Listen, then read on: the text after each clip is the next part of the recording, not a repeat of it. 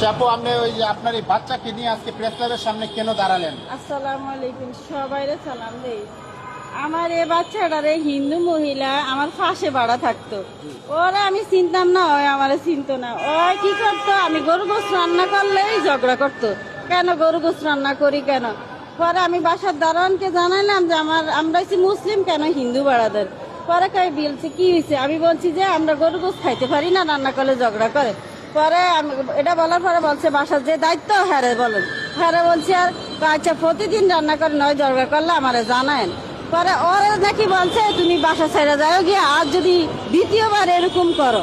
পরে ওই আমারে টার্গেট করে আমার বাচ্চারে ফলো কইরা প্রতিদিন ফলো করতো। ওই দিন বাসার আশেপাশে কেউ ছিল না।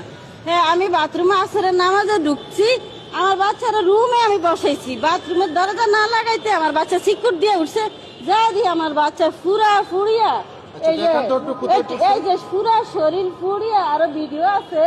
এখন তো এটা গোস্ত পড়ে গেছে, এই যে পায়খানার জায়গা টাগা সব ফুরিয়ে লাগছে, এই যে দেখেন সব ফুরিয়ে লাগছে, আরো আছে। এখন আজকে এই যে 9 মাস 10 মাস হইবে এরকম,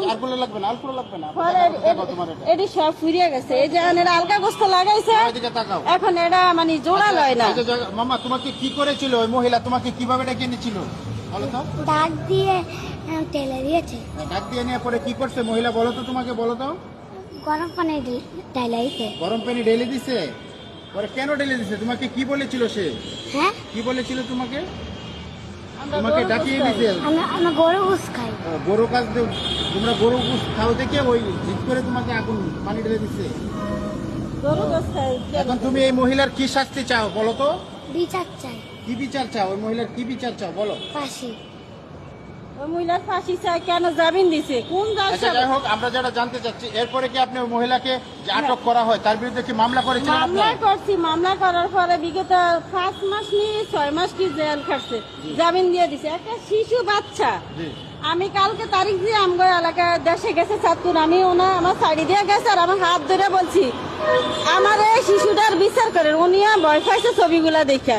আমার বাচ্চার পুরা বুক আর ফিট ফুরিয়ে দিছে, যে বুক আর ফিট ফুরিয়ে গেলে তো মানুষ মারা যায়, হাত পা সব ভালো, কিন্তু বুক আর ফিট ফুরিয়ে দিছে। ওর ফাঁসি চাই সরকারের কাছে, তারেক রহমানের কাছে, আর পৃথিবীর মানুষের কাছে, যে আমার বাচ্চা সবার বাচ্চা, সবার কাছে অনুরোধ এই মহিলার সর্বোচ্চ ফাঁসি। একটা নিষ্পাপ 5 বছরের বাচ্চা। আচ্ছা এই মহিলা এখন কোথায় কি এখন করতেছে? জামিনে বেরিয়ে আমাদের চাঁদপুর একটা ক্লিনিকে চাকরি করে, মাতৃসাই হাসপাতালে, ওর নাম বিথি।